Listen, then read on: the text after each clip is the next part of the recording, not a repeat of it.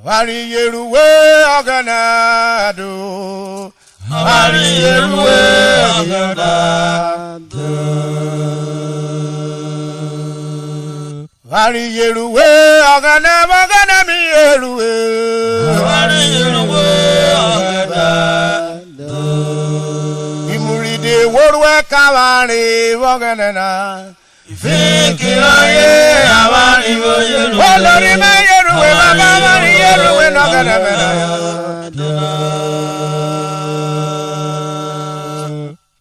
There is no victory without battle.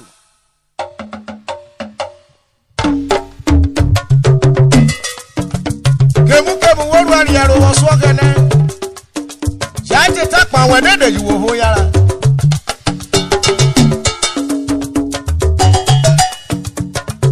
Vari Urhobo Oghene do Oghene mi Urhobo. Vari Urhobo Oghene.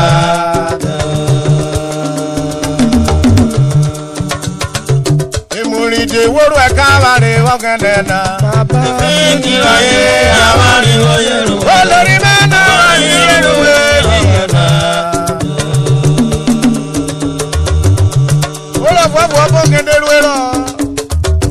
Our Lord Bishop, Right Reverend Dr. Emmanuel Ojibu, the Bishop of St. Jonah Church of God worldwide. Everikani Oyeji Vice yo, Jeba, Baba Amarire, Ibaibolo Rafafu, Biko Ekete Ijiyoba, Badami Jesu, Badami Jesu, Baba Amarire, Obleri Amarire, Ibaibolo Rafafu, Biko Ekete Ijiyoba, Badami Jesu, Biko Ekete Ijiyoba, Badami Jesu, Biko Ekete Ijiyoba, Badami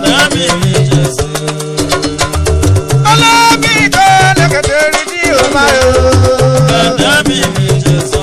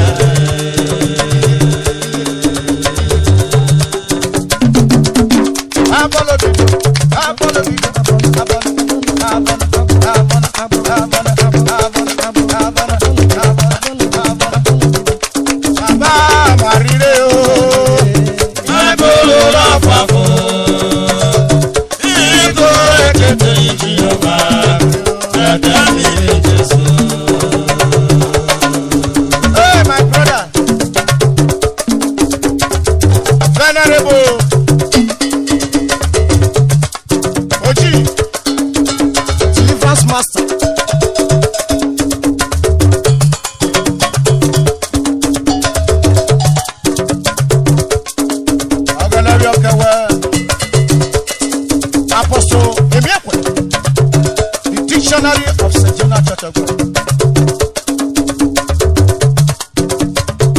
Mobru bakawari, mobru bakawari, olori mobru bakawari, osamena mobru bakawari.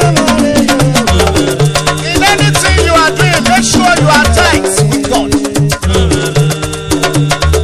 Mobru bakawari.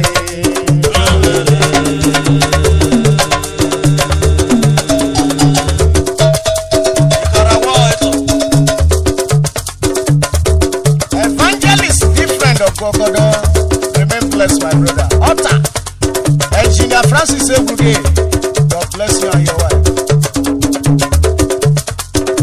Umira Bafo Manefe Udoro, aka Disagree. Ogana bi okewo kiss meti yochwa. Hey! Oye kawana bumara gari. Innocent of Konu. Muyera Fusiri, God bless you, my brother. Umira Kwa Emmanuel Abeke, Abekus Music. Omoni go ne yeru we we kobiro. Baba Marine, Ibabolo na fafu. Iko ekete Jehova, Baba mi